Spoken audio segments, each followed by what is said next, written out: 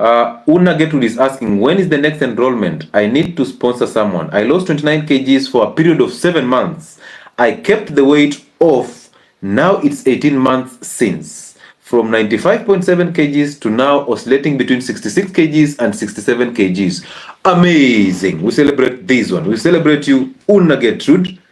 I dropped wheat, corn, seed, and corn oils, all forms of sugar. I do the tumad nowadays and fast once a week. I eat clean, but to my full. Yes, when you're eating clean, you don't need to care about moderation. Your body will take what it needs and the rest will be discarded. Thank you for this. If people can just trust themselves with food. I was sickly, but siku hizi I get so sick when I try foods that upset my gut. Hello, what did we say? We said the moment you start feeling good about yourself, the moment you start embracing this and it's working for you, the next thing that comes in is you starting to preach this gospel to people, right? You start vibrating health energy. You start teaching people about health. And then the crazy ones will start thinking, this one, huyu anajiona sana. This one is just, she will give up. This one. But they start accepting it half-heartedly. But as time goes by, they start asking you, what did you do? How did you get here? Did you do an abortion? That's what they ask ladies. You've lost so much weight. Where is your nyash? Did you go for an abortion? Are you depressed? Is your husband cheating? Is it because you don't have children? Now they create all these bad images around you so that you feel bad and just go back to being fat. And I actually realize this gets to my people. From when they lose weight, they start being told this nonsense that, hey, you don't look good as you used to look when you had this big nyash. Big nyash for who? If you have big nyash and it's just fat, you're wasting time. You did not have it in the first place. And now weak men all over drooling for women who have these plastic buttocks, and they're telling you, me, I'm Team Nyash. Team Nyash. I mean, if you're thinking Nyash and you're a man, you're a male. I mean, how many men use the behind? How many of you? How many of you? Just tell us clean. Are you attracted to the behind because you want to use it? At least be clean. So stop telling these women that you need nyash. By the way, you need an identity. We will talk about that on Friday. Decorate Kubai. I stopped contraceptives and I'm doing intermittent fasting 16/8 and I feel so good. Amazing. Ladies, one of the things that is actually deterring you from losing weight is actually hormonal contraceptives. Hormonal contraceptives are actually blocking you from losing weight. So if you're on anything estrogen, soy, hormonal contraceptives, please drop them instantly. Whether it's an implant, whether it is a depot. Unfortunately, if you have a depot, it's difficult for you to drop it out. But once that depot, those months elapse, do not ever go back. Depot are not here to help you control birth. They are here to actually pass an agenda. Pass an agenda where make women so weak, sick, and depressed so that they can always be hooked to the drug industry. You take one contraceptive, hormonal contraceptive for that matter, you end up getting depression. We have antidepressants for you. Don't worry. Keep using it. Use it plus these antidepressants. You get hypertension. Don't worry. Do not remove it. Keep using it. We have antihypertensives here. You get a blood clot. They tell you, no, now that you already injected it, you cannot get it out. Simply use this junior aspirin for the clots. But don't get rid of it. Just let it be there. You start growing obese, they tell you, here is Ozempic, you can use it to lose weight. Don't worry, it's 99,000 only, but do not remove it. Let it just be there. Yeah. So ladies, if you're using or you're on any contraceptive method, stop pleasing that man. Stop, don't do it. Don't do it. But if, again, you can choose to do it. Of course, he's the one who is going to get the pressure, because when you get sickly, he's the one who's going to buy you those antidepressants. But you see, if already you are sharing bills with this man, how do you expect him to fund your depression medication? How do you expect him to fund your sessions with a psychiatrist or a psychologist? If you two are sharing bills, how do you expect him to come in and actually change your life for the better? He is unable to change his life. And men, anytime you ask a woman on a date, what do you do for a living? Oh. Aye. Ladies, red flag. As much as men have red flags in women, also know this. If a man asks you on a date, what do you do for a living? Run! Run! Drink sugarless black coffee and run! Eh? If you go there and the man is ordering chips and chicken, run! Why are you on that date? You've chosen the wrong one for the 10th time. Now it's time for you to run. Why do you take me to just take chips and chicken? I mean, you can't even do sugarless black coffee, sir. If you're doing this, when will you ever fast? Now you're here asking me, what do you do for a living? I mean, you want me to sponsor your bills or something? Man, don't fail on this one. And we're going to go hard on every man on Friday. It's going to be interesting. As we fix people's identities, so bring that energy on Friday. Bring it on board.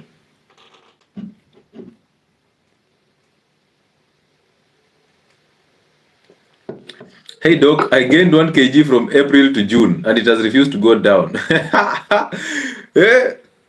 Eat a stone, at least eat a stone. I mean, you cannot digest a stone, so you lose weight, right? But you'll feel full for the longest period of time. Don't you think so? Oh, 10 kgs. I was actually going to mock you so bad because you said 1 kg. So I had already started whipping you. You're lucky, bro. How did you gain 10 kgs? You ate carbohydrates. Simply reverse eating carbohydrates. You lose the weight. It's that simple. Yes, Junior. Hi, Dr. How are you? I'm doing fine. How are you? I'm very good. I like your energy, bro.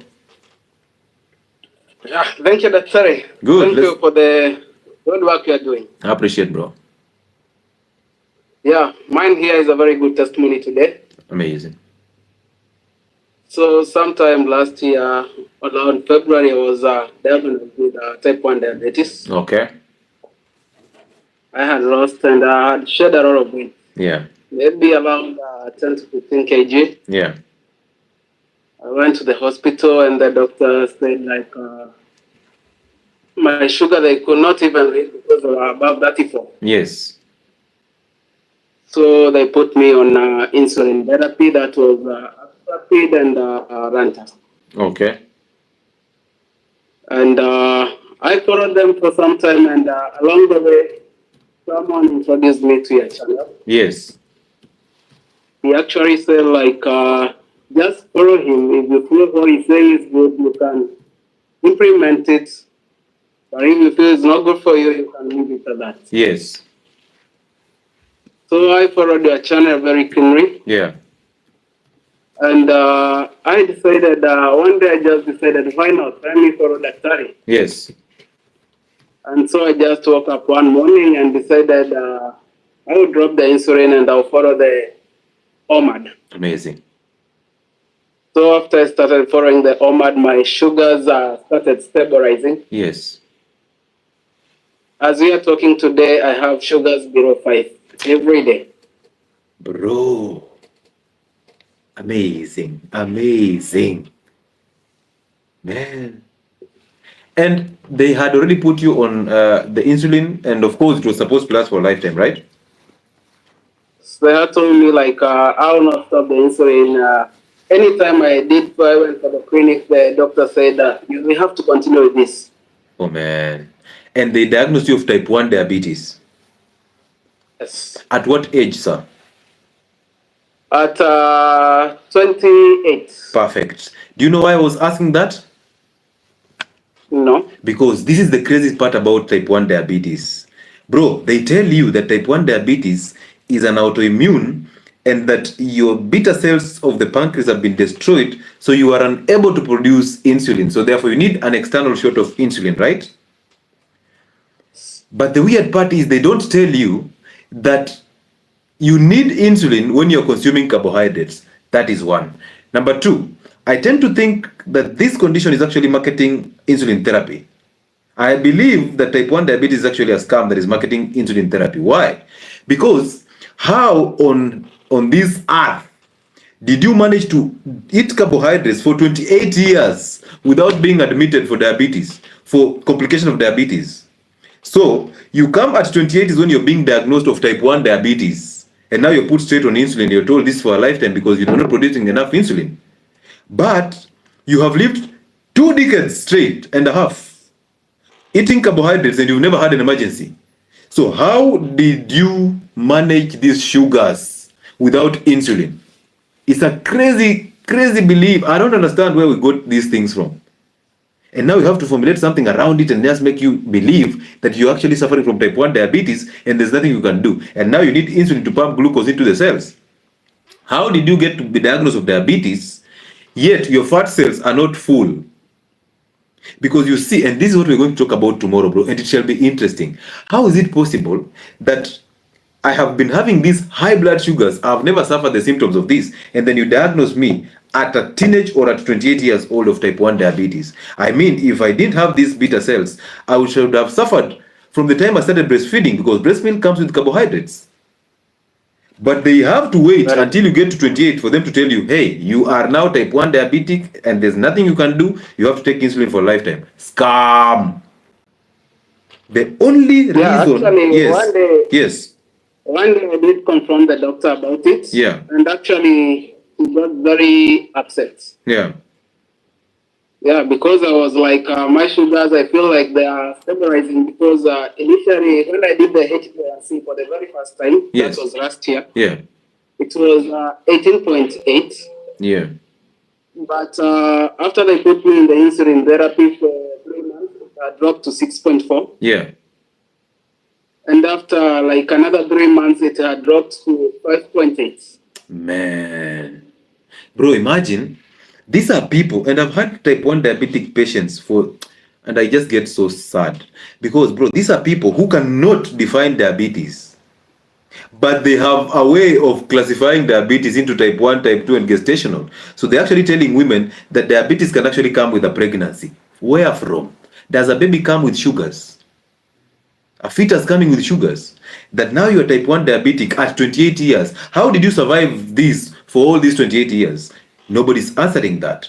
Ask them what is type 1 diabetes. They're telling you is because you don't have insulin, therefore you cannot utilize carbohydrates. Instead of them telling you to just drop carbohydrates because they are non-essential, they tell you now you have to take insulin. So you can simply enjoy your carbohydrates, feed diabetes, and then take this injection. Are they even making sense? And now your doctor, you ask this question because you're innocently trying to ask these questions because you want the answers, and he gets upset. And in real sense, he knows very well that insulin is actually going to make you more diabetic. Because how many people have had amputations when they are on high doses of insulin? How many people have lost their kidneys and they have a transplant, or they are on dialysis, but their doses of insulin is still in the roof? So in hospitals, people are sleeping on that bed. You're giving them brown bread plus milk, pasteurized milk, and then you put insulin as a drip. So they should eat the carbohydrates, and now you give them insulin, and now you're this best doctor. You're the diabetologist. It's crazy, bro. Thank you so much for bringing this story on board. Thank you too, Dr. for your insight, please. Amazing, bro. Keep winning. Keep winning. Yes. Thank you very much. And people should follow the diet very strictly. Man, you should have stayed here longer to just hear that. Do you see what is happening in hospitals? Your father is diabetic, is suffering from a diabetic foot, as in is in that hospital bed, being managed that wound using honey, which is sugar. Your mother is diabetic and hypertensive at the same time, on high doses of drugs for diabetes and hypertension. Different combinations. They just change the combination, but the drugs are the same. They act the same way. Sleeping on that bed, you're wondering, we are now 80 days into the hospital beds. What we are doing is just changing the bandages on the wound. Changing every single day. Your mother is going to dialysis machines on Tuesdays and on Thursdays, paying 10,000 shillings for every dialysis session. Those are 2 in a week. So those are 8 in 4 weeks. 8 times 10, that is 80,000. In 1 month, your mother's bills are actually accumulating to 100,000. That is somebody's salary.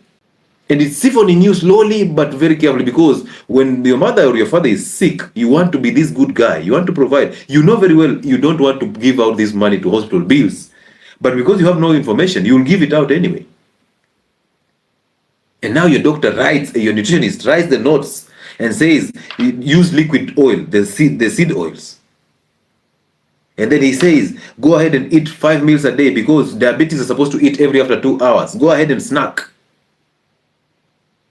And then now there's a drip of normal saline going through their veins to just lower the sugars because they are feeding on sugar anyway. And now they're telling them to moderate. Who is moderating what? How can you moderate sugar when somebody is diabetic? How can you moderate carbohydrates and is diabetic already? Diabetes is actually a carbohydrate disease. So why are we moderating carbohydrates when they already have diabetes? Ask that doctor, where is this drug going to take these sugars to? Is it getting sugar out of my body, or is it dumping the sugar from blood into the cells? And look at him going clueless. And now he wants to exercise his doctorship on you by going mad and crazy. He wants to throw jargons on you. Oh, you know, if you don't manage this, you will end up getting diabetic nephropathy. DKA is coming. Now he throws in a DKA. You're wondering, what is DKA? I'm not even understanding the type of diabetes that is here. We have not even defined diabetes. Now you're jumping to DKA because you want to confuse me. Daktari. Wewe.